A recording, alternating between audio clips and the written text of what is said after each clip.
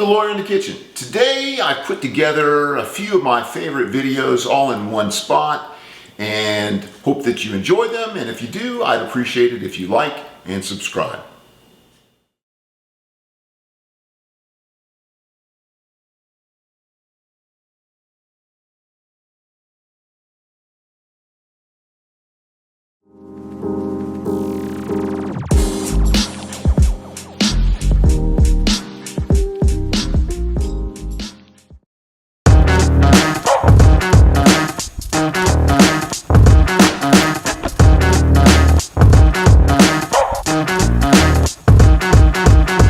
To Lawyer in the Kitchen. Today we're going to make my best double cheeseburger, and it's going to be best because we're not going to just use ground meat. I mean, we are, but we're going to use short ribs and chuck. Where do you think hamburgers came from? Cows. Cows.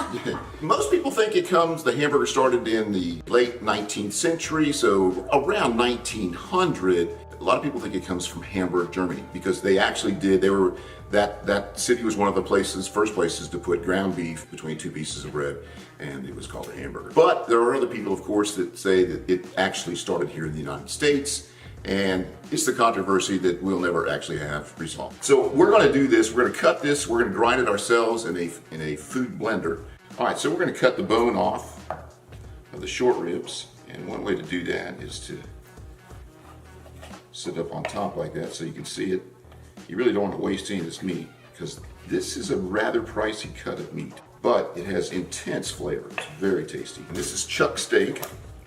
If you go to your grocery store and go to the meat section, you'll see ground chuck, or you'll see ground sirloin, which is much more meat, but this is going to have a little more flavor to it. So I'm going to cut these in pieces about like this. All right, and I'm not really going to take that fat out. We're going to have some of that fat.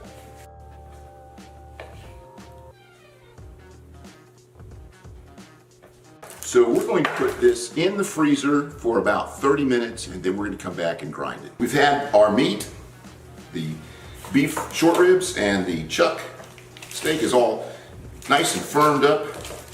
We actually had it out there about 45 minutes, so we're in pretty good shape. The food processor I was going to use doesn't have the blades I need, I have no idea why. So I'm going to use a blender, but I think a blender will work just fine, so we'll just try that.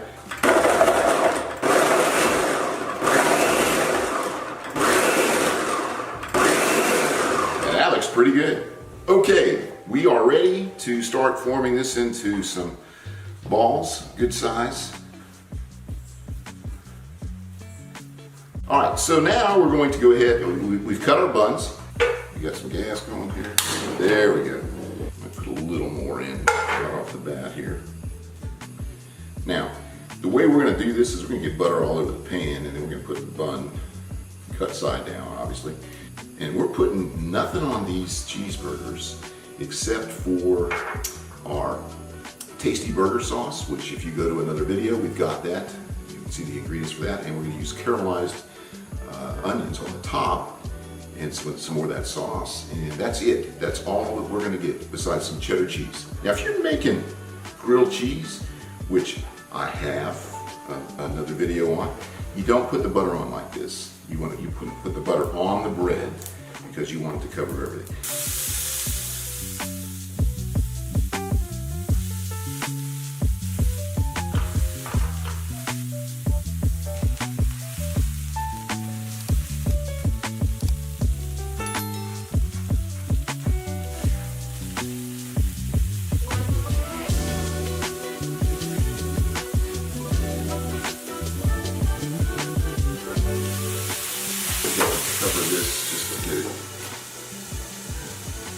So we're gonna put some cheddar on here. Everything's better with cheddar.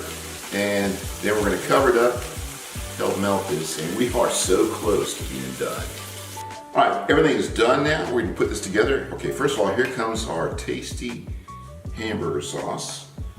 Make sure I have this, put this on the bottom. Here comes our first of our double cheeseburger. Put a little sauce on that. Caramelized onions, gotta check out that video. Look at those babies. Look at those babies. Oh, they're coming here. Look at this. Look at this. You can't tell me that ain't right. Ah, this is gonna be so good. This is my best double cheeseburger. We made the meat with short ribs and chuck steak, and we've got cheese, and we've got tasty burger sauce, and we've got these fantastic onions that look great. Now we're gonna cut this thing in half and see what she looks like, and then we're gonna have a bite. We might need a bread knife to do that. We'll cut through the bread, and then we'll cut through the meat.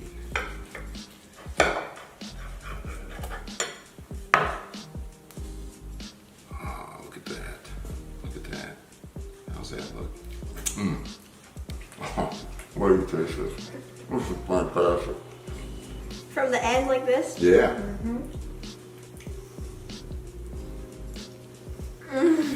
Oh my god.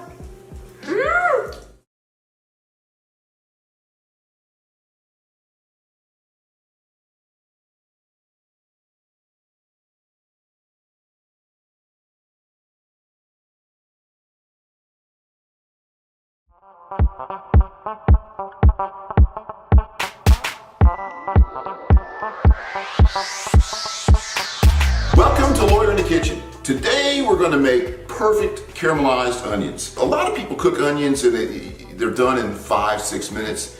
That's not what we're going to do. We're going to have onions, salt and pepper of course, and a little brown sugar, and actually a little bit of water to glaze the pan as we cook. This is going to take about 30 to 45 minutes to cook these things right. So they will be dark brown. They will be tasty.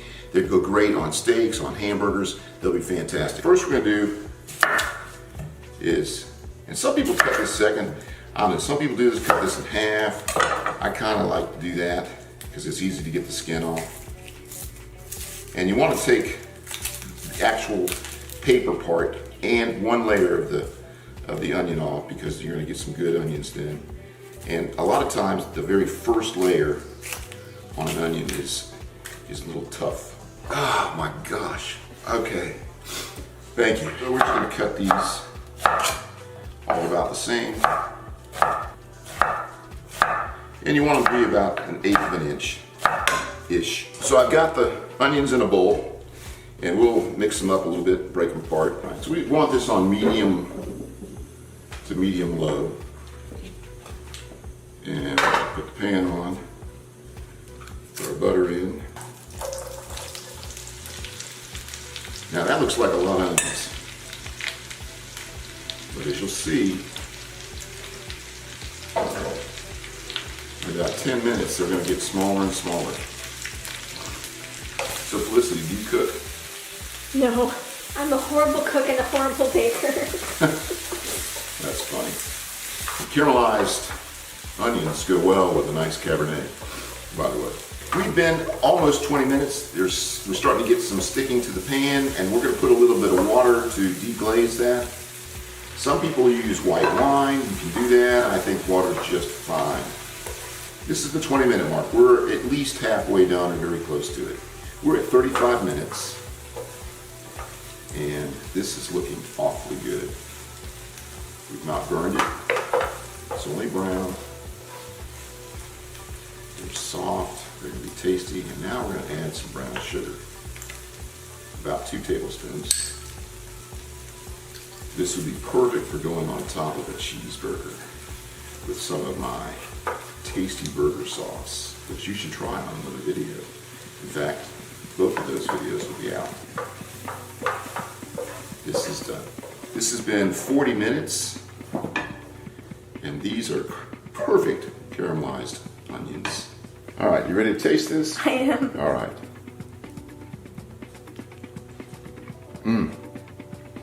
Well, tell me that ain't good. Those are gonna be great. That's gonna be great on a cheeseburger. It's like candy. It's gonna be great.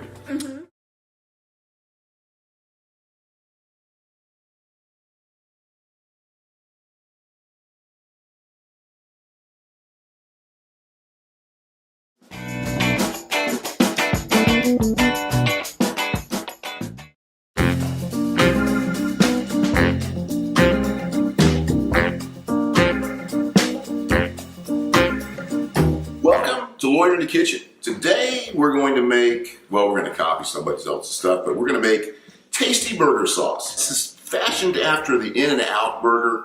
in California, which is also fashioned after essentially Thousand Island dressing, except I'm not going to put the relish, the sweet relish. I'm just going to use some of the sweet pickle sauce. Anyhow, so it's made of a half a cup of regular mayonnaise, and I use Hellmann's, I prefer it. 1.5 tablespoons of white vinegar, 1.5 tablespoons of sweet pickle juice, 3 tablespoons of regular ketchup, and here's where it's different than what a lot of people do. I've added 2 other things to it.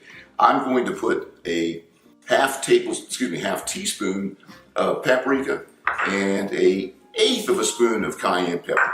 And all we're going to do is mix this together, and then we're going to put it in the fridge for 1 hour, and it'll be ready to use. You can keep it in the fridge for about 5 days if you keep it tightly covered.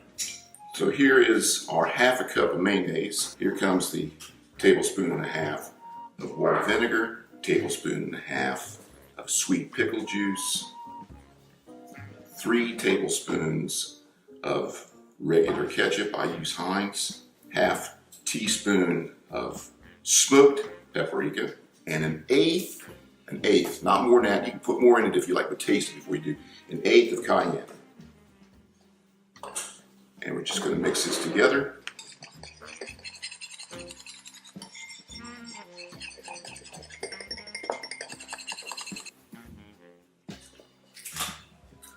That's pretty good. That's going to be great on a hamburger. That's like a really good burger sauce. All right, outstanding. A little bit spicy. It's spicy. We gotta have a little spice sauce on that. By the way, you gotta check out that video.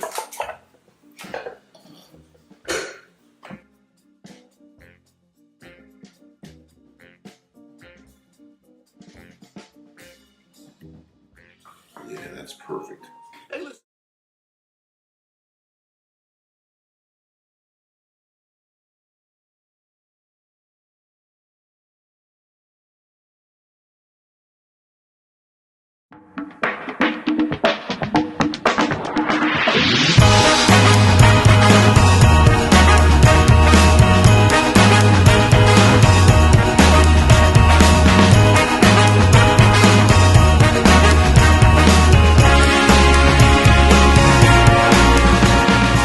Welcome to Lawyer in the Kitchen. Today we're going to make shepherd's pie, and this is really a great dish. It's not hard to make. I remember eating something like this when I was in elementary school, and of course nobody else liked it but me, but I don't care, so I ate mine and everybody else's. Anyhow, until Sharon got here, I had a little difficulty getting my my new vest that has Lawyer in the Kitchen on that my daughter Kelsey made for me, so I thought that was pretty cool, and I'm also going to use this. So the question is this from the 19th century, early modern, or is this, where did this come from, Mrs. Brooks? I believe that came from your mother. It's great. I'm going to use it today. And because it's a little bit bigger, I'm going to use a little more meat than I normally would and a little more potatoes. But this is a great dish. In fact, I already made it once in here. It was really, really good. This is sirloin, and it's so it's lean, not very fatty. We don't want a lot of fat in this. And we're going to have the only real vegetable in here is the onions. For flavoring and for spices and herbs. We've got garlic, about 6 cloves. We have thyme, and that's about a teaspoon of rosemary chopped up, and about a tablespoon of parsley, tomato paste, of course salt and pepper, and now, also in the meat is about a cup of beef broth, which I made from a base, so it's got a little bit more salt in it, so you don't have to add quite as much salt if you use a beef base. If you use a low sodium beef broth, then obviously you can just add more salt. And we're going to add some red wine, about a cup and a half. And then finally, I've got about 7 cups of russet potatoes cut up, ready to go. In there, I'm going to put some Parmesan, about a half a cup, about a half a stick of butter, and about 4 ounces of cream cheese, a little bit of heavy whipping cream. We want to make these a little bit stiffer than regular mashed potatoes. We want them runny because we want them to sit on there and coat this thing and be firm. A little oil in the pan.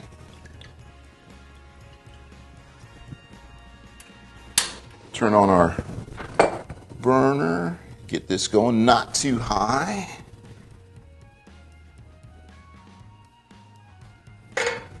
And onions. We'll sweat these down about 5 minutes. All right, that's getting a little bit too high. We don't really want to caramelize them.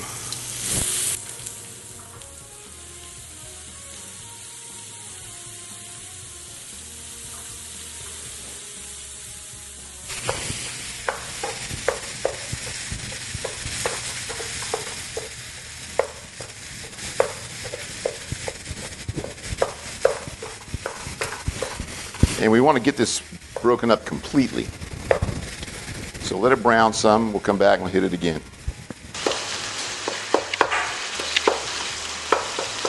So now we've got the beef all browned and nicely broken up. And it's time to put in our herbs. Here comes the thyme, rosemary, parsley, and the cayenne. We'll start mixing that up. Get that incorporated. All right, next is the Worcestershire and the garlic. And we don't want to do more than a minute on that garlic without having some more moisture in there, because the garlic will get bitter. We're going to add about 2 tablespoons of flour.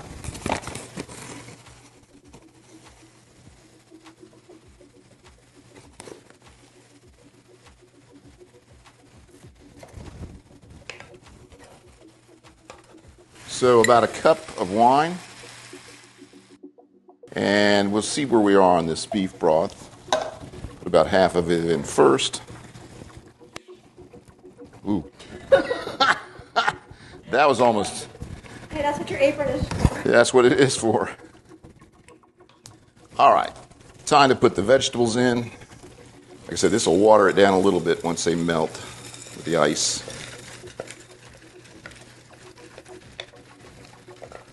I think that is it. We're going to set this aside and we're going to finish off the potatoes. We got our potatoes nicely boiled. Now, I didn't boil these to death.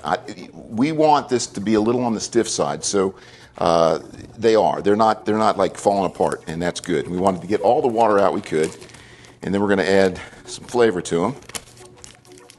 So there goes a half a stick of butter, and then we're going to put 4 ounces of cream cheese in there. About a quarter to a half a cup of Parmesan. I'm going to mix this nicely. I like to do this by hand, and I would not use a blender on this. All right.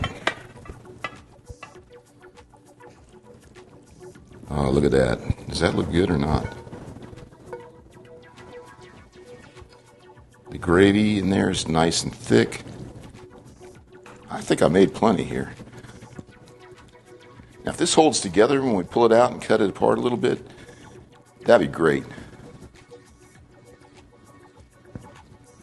All right, this is pretty smooth.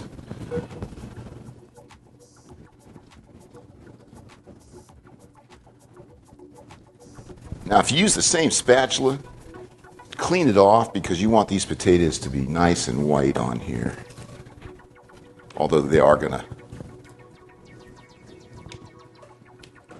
get a little paprika on them, and we are going to brown them a little bit.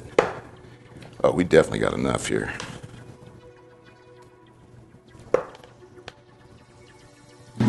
Really good double trademarking here because it's on your apron and it's on this. There we go. By the way, we have the trademark. We'll see. Nice. A little bit of paprika.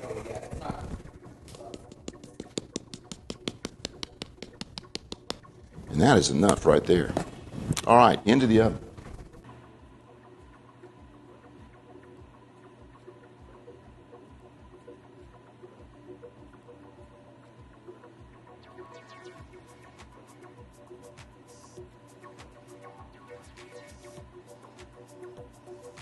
This has rested for 15 minutes, and I can't wait to see how this comes out. You know, this could be a mess. I mean, honestly, you never know if it's going to hold together, you know, if the potatoes are good, you know, if the beef is going to hold. But we're going to try right here in the middle And it's like a piece of pie. Well, it is pie. It's shepherd's pie.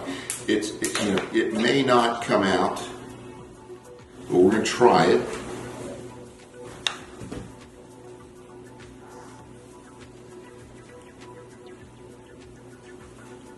We got a little bit of this right here. The second piece, hopefully, will come out a little bit better, but I think that's going to be pretty good. All right, let's try this. Well, we have to get a good bite here. You know, you can taste all the herbs.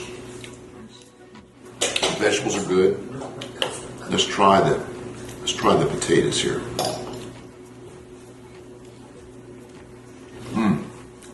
The potatoes are buttery. You get a little bit of that Parmesan cheese. A little crispness on the top. I'm happy with this. This is great. Ooh, I really like that. I have shepherd's pie a lot with it. This tastes different. Like a good different.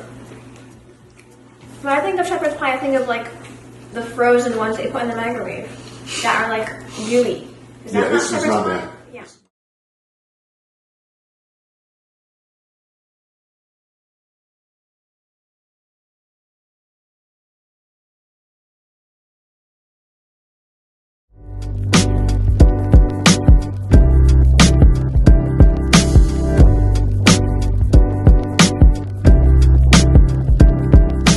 Welcome to Lawyer in the Kitchen. I'm Joseph Brooks. Hey, I will thank you for subscribing.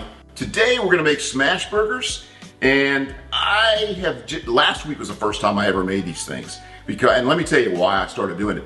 Sam the Cooking Guy, by the way, fantastic channel, you got to watch it. He's having Smash Burger Month, so I feel like I'm obliged to do this. Anyhow, and then I had some last week and they were fantastic. The whole point of it is to smash that burger down on the grill with cold ground beef. I got a pound here, and then hold it down for 10 seconds and let it sizzle, let it caramelize, flip it over, put some salt, pepper on it, put some cheese on it, and then let the other side caramelize, put it on a toasted bun with butter, and they are fantastic. We'll add a little American cheese because it melts fast, it's great, and then I'm going to put some of my tasty burger sauce, which is another video I'd like you to check out. So let's start. First of all, you want this meat cold, and we're looking for 3.5 ounces.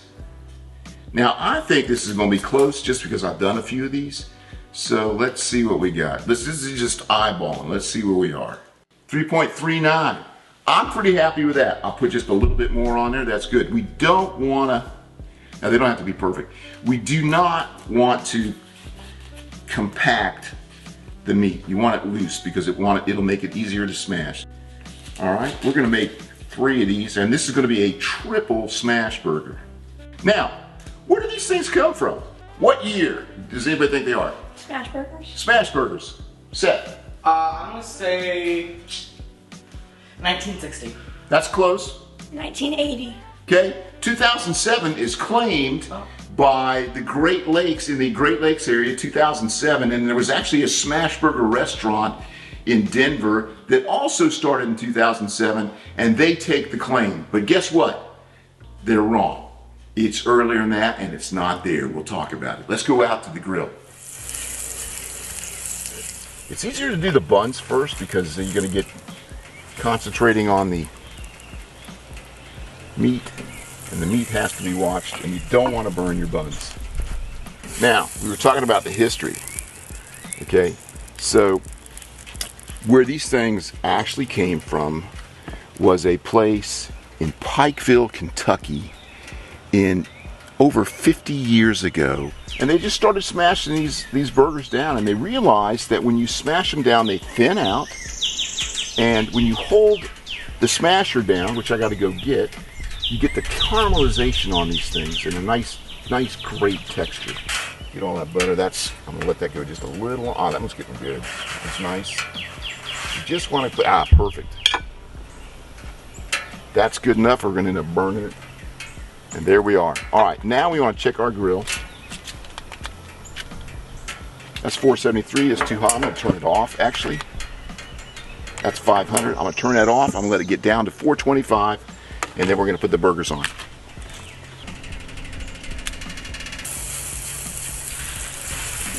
We're gonna put all 3 on.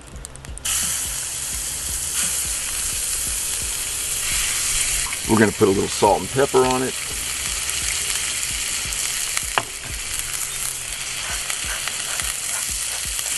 Here we go. Smash it down, get it even. 10 seconds. 2, 3, 4, 5, 6, 7, 8, 9, 10. Use this or your spatula to pull that off, or you will burn yourself like I did the first time I made these.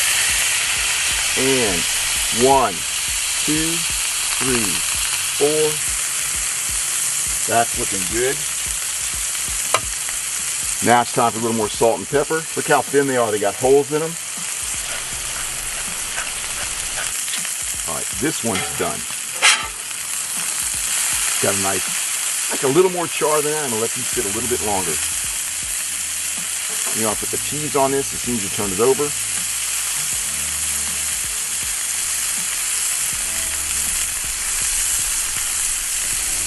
And I'm gonna put a little different cheese on that one. All right, we're getting ready to flip this one. Ah, that's perfection. All right, this one's done. And that's good that it's hard to get off. That's perfect. Yeah, there you go. All right, that is it. This is all off. Let's go put these together. You know what's amazing about this dish is that the first time I made these, I did it in the kitchen with an iron skillet. I thought that would work. We literally had to call the fire department back and tell them not to come because this house actually smelled like smash burgers for almost a day. So I decided outside is the way to cook these things because you got them hot and they're gonna be steaming and they're gonna be, you know, all that smoke and everything. So do them outside. All right, so we're ready to put this together. I don't know, it's 50 years ago. What would that be? About 1970-ish? So close to that. All right, so here's a tasty burger sauce. We're gonna put a little bit of that on the bottom bun. Not too much, because the flavor is really in the meat. This is plenty. And check out my video on that. This one's nice. This one's perfect. This is the perfect one right here. Absolutely perfect. Put a little bit of sauce. By the way, check out my tasty burger sauce. And this is going to be a triple, of course. Just a little bit. And a little bit on the bun.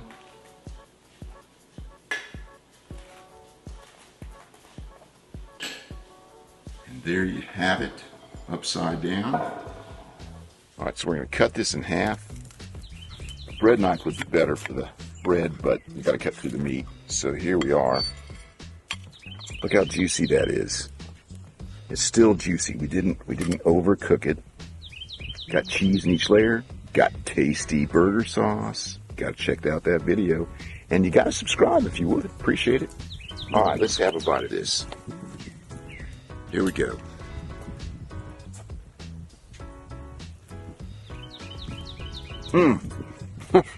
I'll tell you what. I think my mouth is full. This is good. You take one and I'll take the other. So good. Oh my gosh.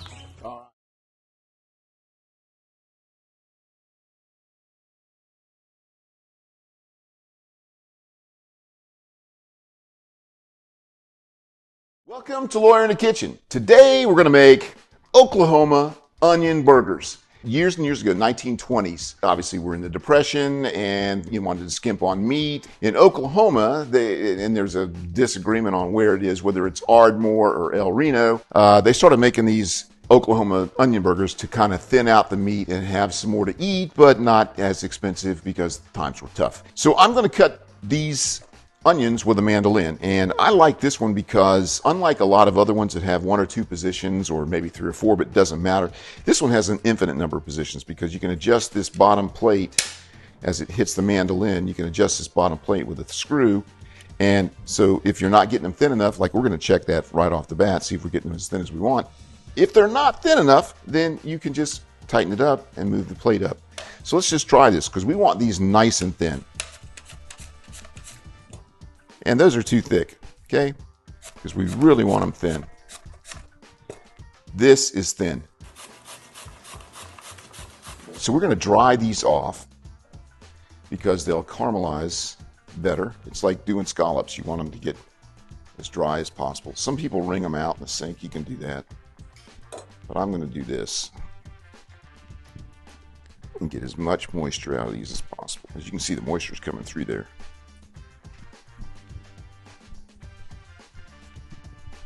All right. And thanks for subscribing and liking. I appreciate it. Brisket. And this is just about frozen, but we want these to be very cold to begin with, and it'll also grind a lot easier if it's cold. Here is the chuck, and here are the short ribs. The last time I made a smash burger, I did this in a blender actually, so you can do that. All right, so we're going to come down here and cut these in sizes.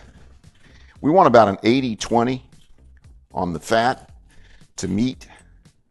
So this is pretty good. That's probably about a third, but that's fine.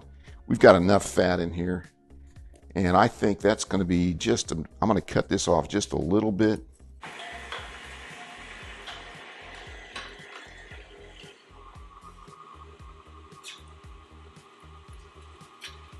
And I'm just going to mix these a little bit.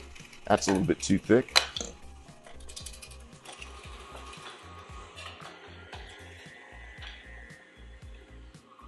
There's a thing called myosin, which is in the meat.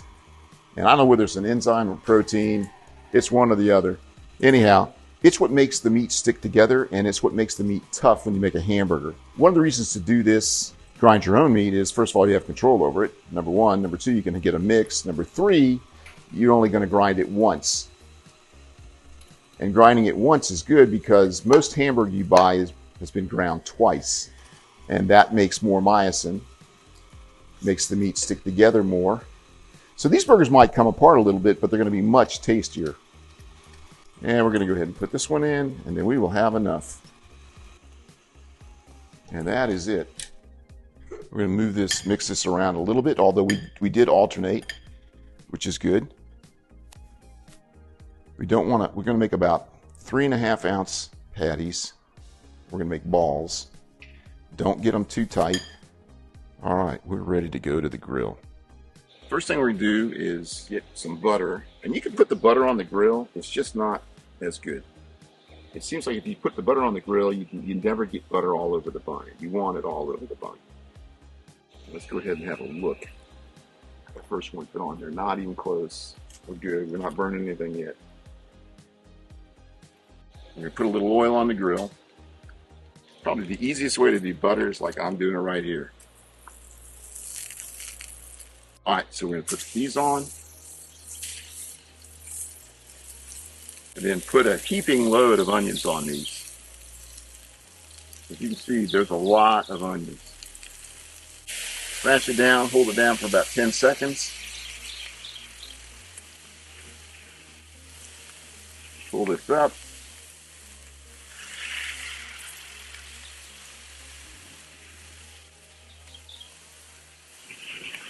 It probably wouldn't stick to the onions, but I'm still using the parchment paper.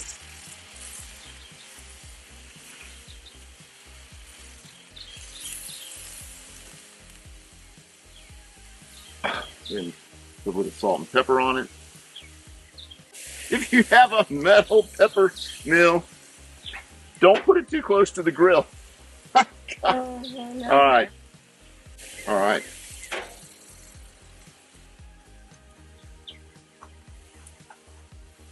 And we're ready to flip these.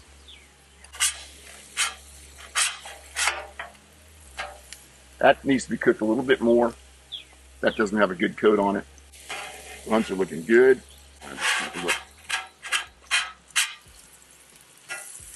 That's a little better. That's still not good enough. I want a little crispier than that. Time to put some cheese on it. It's stuck, which is good. All right, that's a little better. All right, it's time to take these off. First two are done.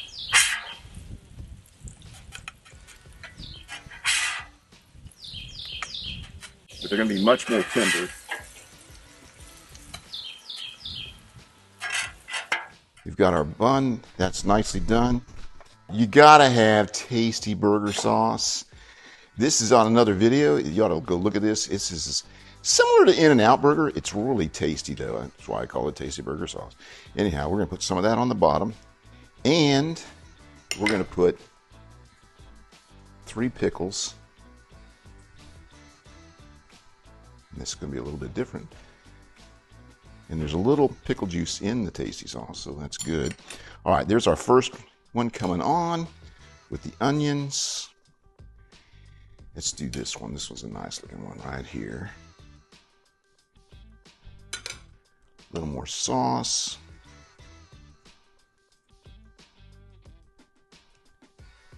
I got 2 tops. I seem to always have a problem with that. All right, that looks good. All right, we're gonna try this Oklahoma onion burger. That bun's a little tougher than I thought it was gonna be. Could use a bread knife. Let's see what we got here. Oh, look at that. That thing is juicy too. Look at the juice on this. Look at that. That is nice.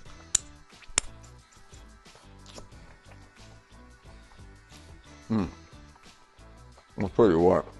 If you don't like that, there's something wrong with you.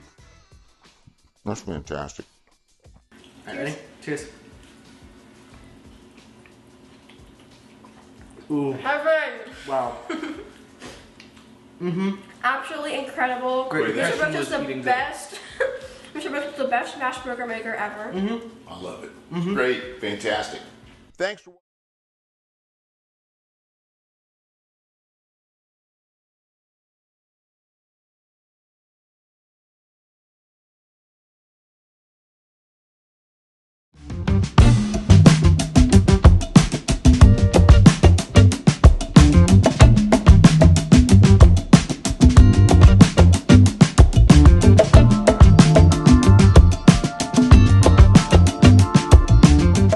Welcome to Lawyer in the Kitchen.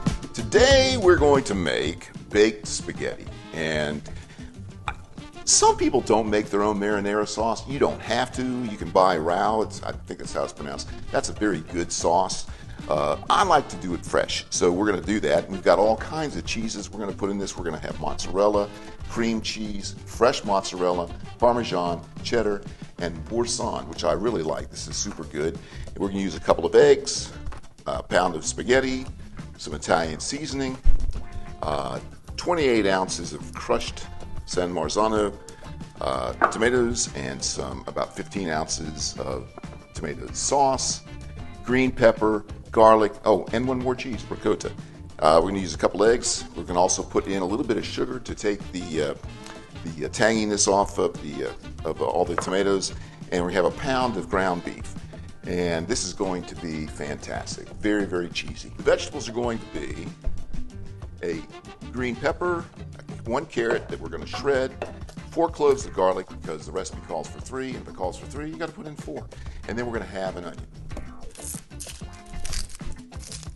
So we're going to cut up our pepper into pretty small pieces. There's a lot of ways to do this, but this is easy. The first written accounting of pasta is in the 5th century AD in the Talmud, which I found to be kind of interesting.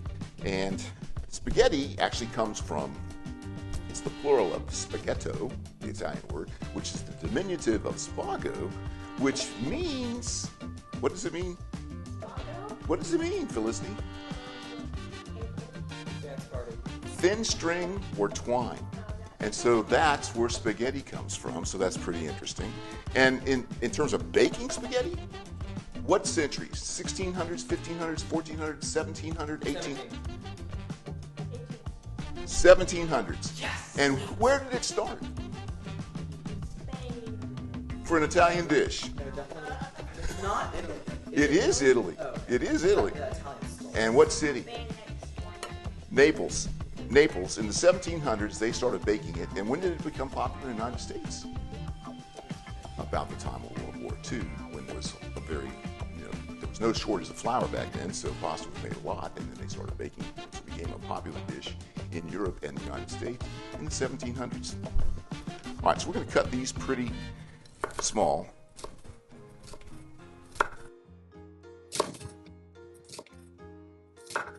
Dice this pretty well. 1 carrot's plenty.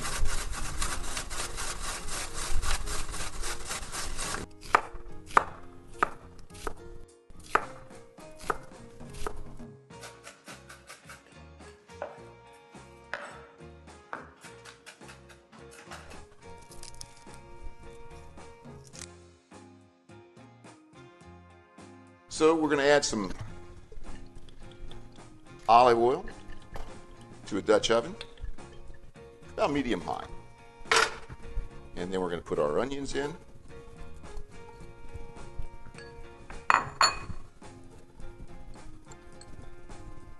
The green pepper, the carrots,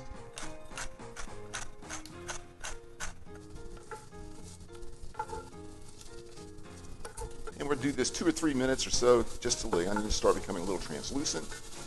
And then we're going to add the hamburger. And it's been a few minutes, so it's time to put in the hamburger. Now, some people break this up all the way so it looks like a hot dog chili sauce. I'm going to leave it in slightly bigger pieces.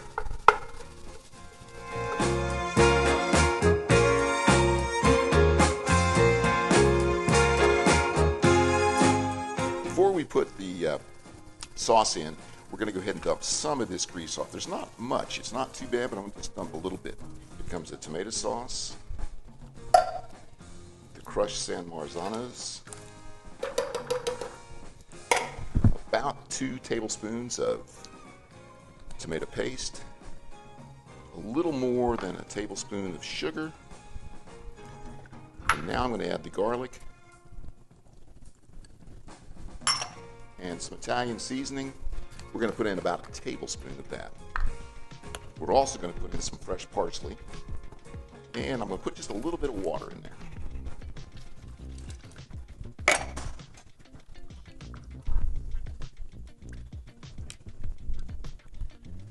We're going to cook this for 45 minutes, so I'll see you back in 45 minutes.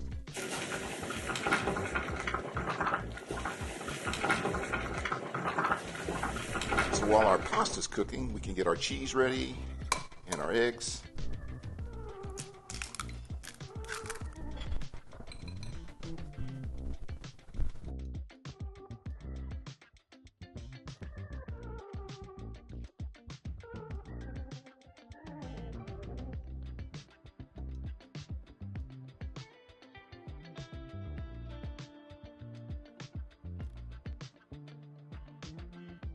So now we're going to put some Boursin. This is fantastic cheese, by the way, with crackers. It's great. Cream cheese. I'm going to use about half of this. So I got about 4 ounces of this, and this is 5.2 ounces. So altogether, just under 10, between 8 and 10 ounces. And we're going to mix all this up. And this may be one of those things you just do with your hands.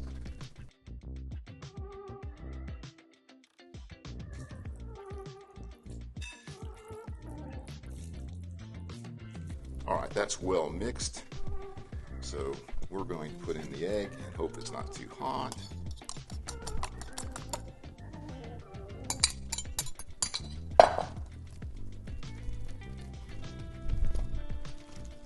So it's 2 eggs. All that cheese. Looks like we got it cooled down enough. You should grease this. This is about a 9x13 pan. It's very close. This is really nice. I love this dish. I just got this. Anyhow, we're going to put a little bit of the sauce in. Now we're going to put a layer of spaghetti.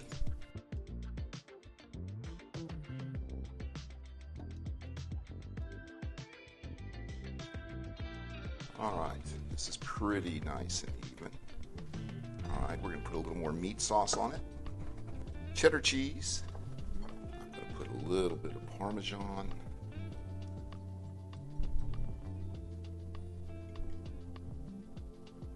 A little bit of mozzarella.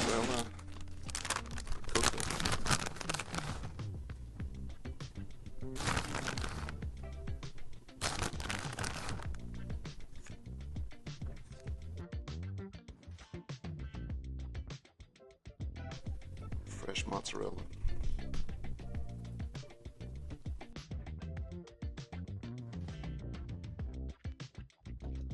For 20 minutes at 350, and then we're going to take the foil off.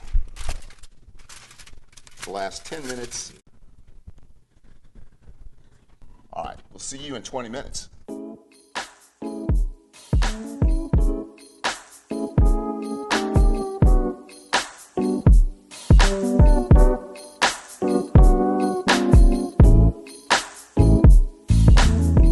So we ended up putting this under the broiler a little bit, and it's totally cooked. It was bubbly, and we let it rest. Honestly, we've let it rest about 15 minutes. Now, I haven't seen a video of baked spaghetti that stays completely together. Maybe 1 out of 20, but we're going to see if this does. It might, but if it doesn't, it doesn't matter. It's not going to change the taste. It looks better. So we're going to go ahead and cut this.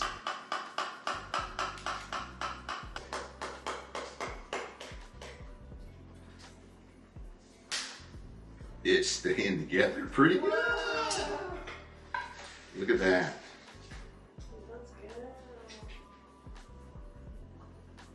So it's ready to taste this now. We've cooked this really about 40 minutes in the oven, and I put it on broil at the end, and it's pretty much stayed together. This was just the bottom part, so I'm gonna try this right here. See if I can't get a little bit of the cheese with it. Look at that. Look at that steaming up there. All right.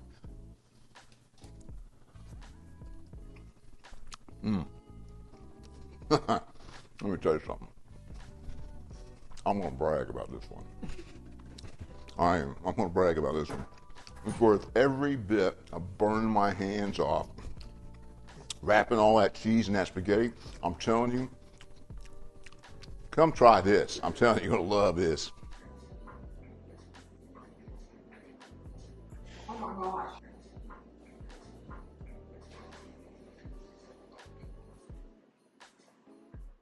That's surprisingly good. I had no idea it was going to taste like that. It was really good.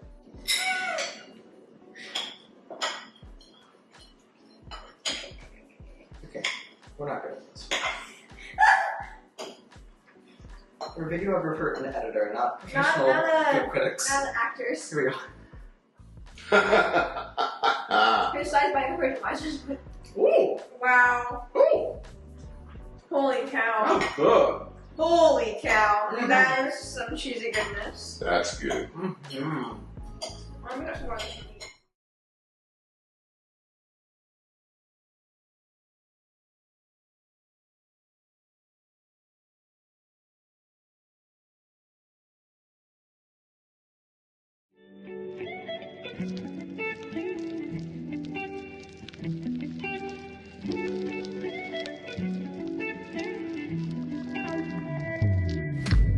I'm Joseph Brooks, and this is Lawyer in the Kitchen. Welcome. Today we are going to make custard breakfast casserole. And this is going to be fantastic. And we're going to use challah bread. We're going to use 8 eggs. We're going to use, how many ounces? 1 pound of sausage. You can use any kind of sausage you like. We're going to use about 3 or 4 leaves of sage. We're going to use 8 ounces of Gruyere cheese, and we're going to have some scallions, including the white and the green part. And you can't get fresher than this. We just pulled these out of the garden, 2-3 minutes ago. So these are going to be fantastic. Of course, salt and pepper, heavy cream, 1.5 cups of heavy cream, and 2 cups of milk. What's the oldest that we know of written accounting of a casserole? How many years ago? Okay, a few centuries. That takes us back to what? 1600s, right? Okay. Seth? I'm gonna say like 13. Okay. It's 1253. Okay? Is it 1253? It's 1283. Now, for those of you who like the law and know anything about that, the Magna Carta is from 1215. And that's, a lot of people say that's what we attribute the jury system that we use in America today from England, from the Magna Carta. Anyhow, in other words, that's old. And the oldest known recipe that we have, is actually macaroni and cheese casserole, and that's from 1250. Everybody likes these because you can put them in the refrigerator and make it the night before and then put it into the oven the next morning early, and it's usually done at holidays. So it's a great time, great fun time to do it, and that's kind of what we're doing. This is sort of an Easter thing for us.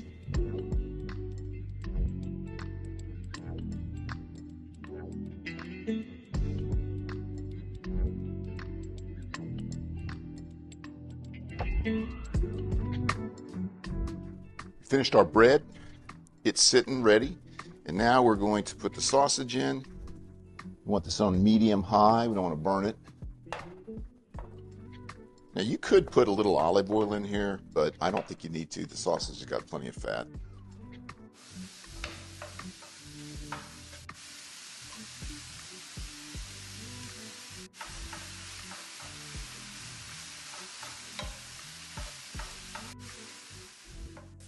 All right, so we're going to mix this with the bread in a few minutes, but we're going to put the other ingredients together first.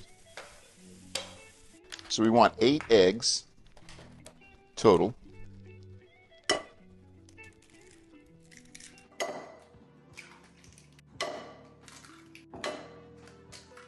So we're going to whisk these eggs together first. 2 cups of regular whole milk.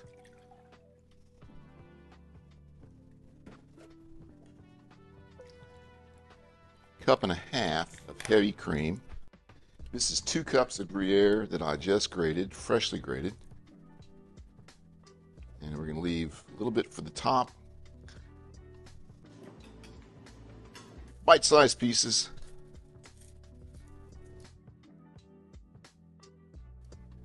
All right, so we're going to pour this in. Sausage and the scallions in, but we're just going to mix it all together. All right, so we're going to put this in the dish. And you can put the cheese and the extra cheese on top now, or you can wait till about the last 10 minutes of baking. But this is going to go in the refrigerator now, covered for 4 hours or overnight. 4 hours or overnight. So this is a perfect dish to make if you have the early morning breakfast. Make this the night before, put it in the refrigerator, put the oven on 350, put it in there and cook it for 45 minutes. It should be done. It's been 45 minutes and I'm ready to pull this out. Look at that. Look at that. Doesn't that look nice? Look at this bubbling. Look at that. Still bubbling. There we go. All right.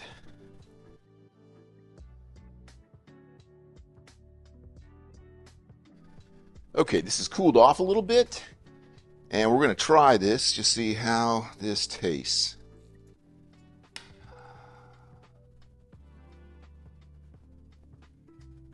Ooh, it looks good.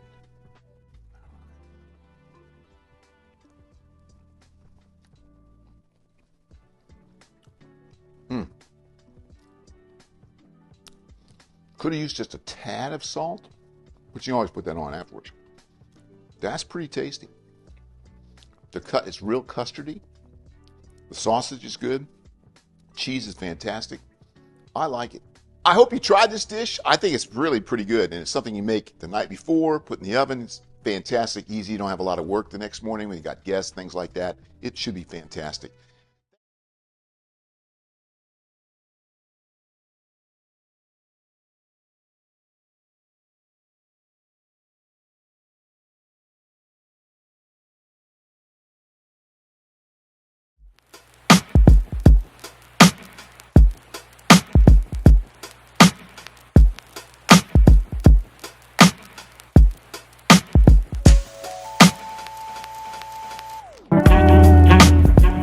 Welcome to Lawyer in the Kitchen. Today we're going to make a squash casserole.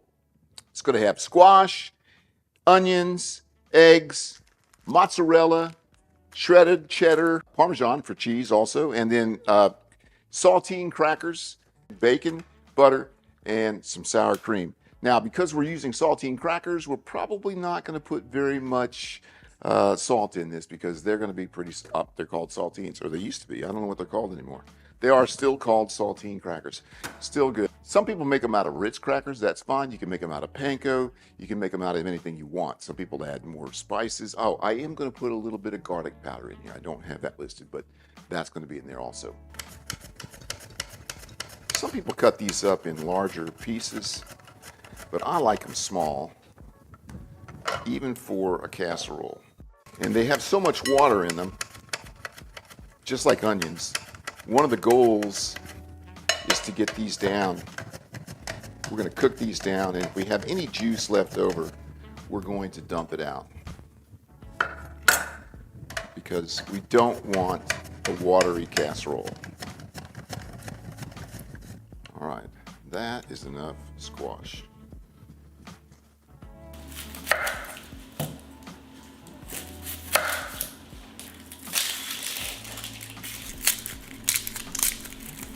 And we're going to cook these down, not all the way, but enough to get the juice out of them. We want all the moisture out. All right.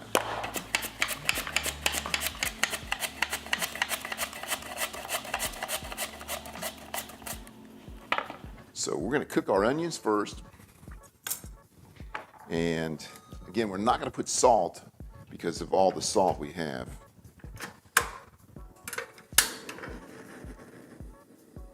And we want this medium low. We're going to end up putting a lot of butter in this, honestly. So we're going to use, it's going to take a stick of butter to make this dish. Which, whatever, how much that is, that's how much it is.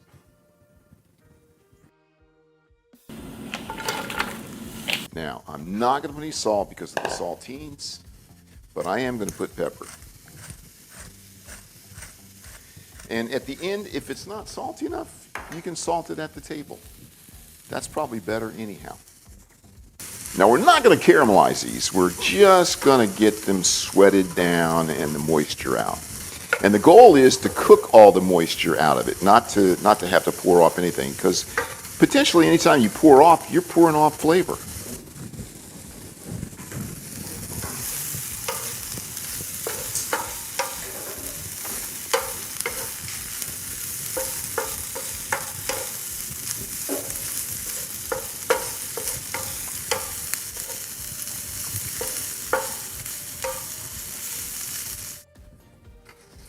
Some more butter in.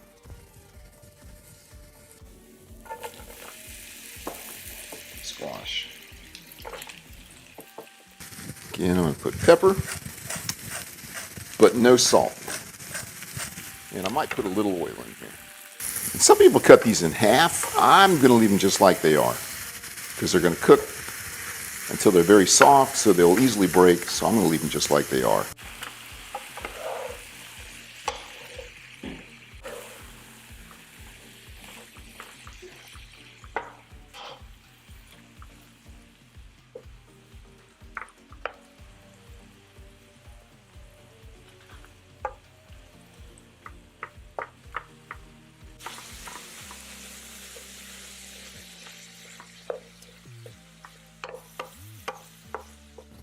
So we're not going to cook this all the way. This is going to go on top. And that, believe it or not, is all we want to cook the bacon. Just enough to get it started.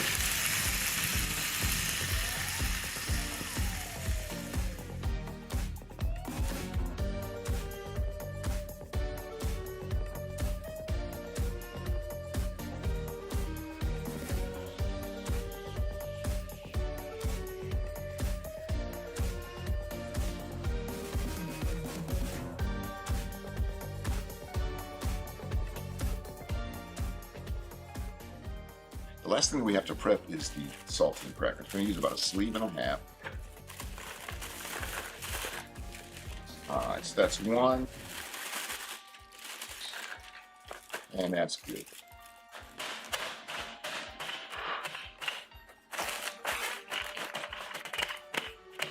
Good.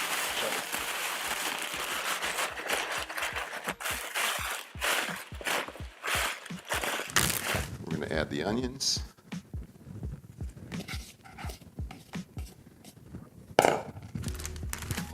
put about half the bag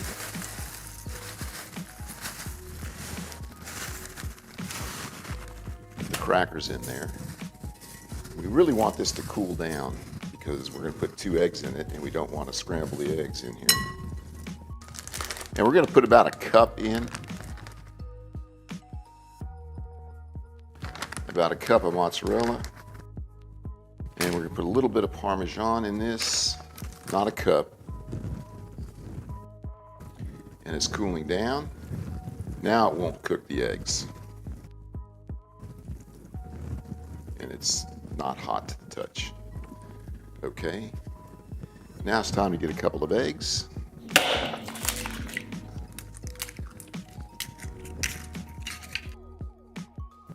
Get a fork. We want to put about a cup of sour cream in it. That's about right. A little bit. That's plenty. If you're going to do it. All right.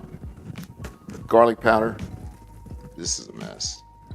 This is therapeutic right here. Perfect.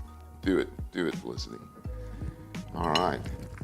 And the only thing we got to cut up and put in here is the parsley.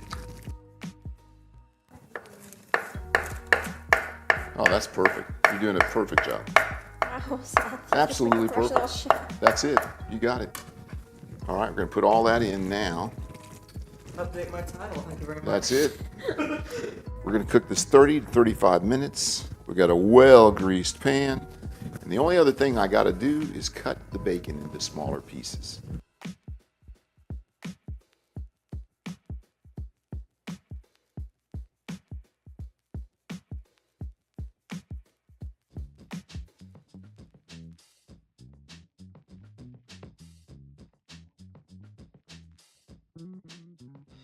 You know, casserole comes from the French word casse.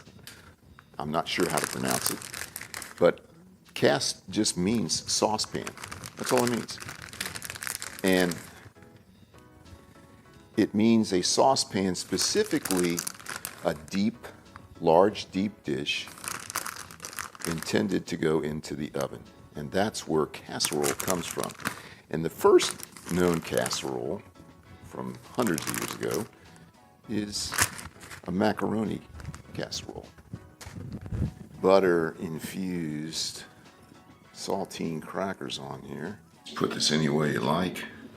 I think it'd be too much cooking to not cook the bacon a little bit before you put it on here, because this is not that hot a temperature. In the oven for 30 to 35 minutes. All right, this was in the oven 35 minutes, baking at 350. I put the broiler on for about 2 minutes afterwards to cook the bacon. If I did this again, I would cook the bacon a little bit longer because now this will be fine, I think. But I'd like the bacon just a little bit more, little more cooked. All right, so let's see how this does.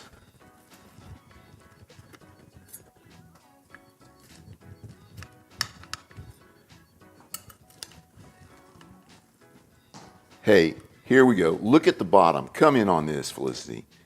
Look at the level of moisture. 0. 0 juice in the bottom. That's exactly the way that's supposed to be.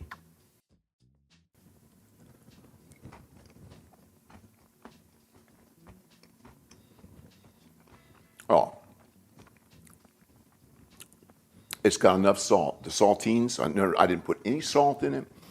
You can taste the onions, you can taste the squash, and if you grab that piece of bacon, you can taste the bacon. No moisture, creamy, it's great. I'm very happy with it. Oh. I love casserole dishes. They're so good. They're always so good. What do you think, Felicity? Cheesy. All That was right. very good. And you know what? You can taste the squash. The squash is the star of the dish, Yeah, I is it can. not? Yeah. Thanks for coming to Lawyer in the Kitchen. Appreciate it if you like and subscribe. I will see you next time.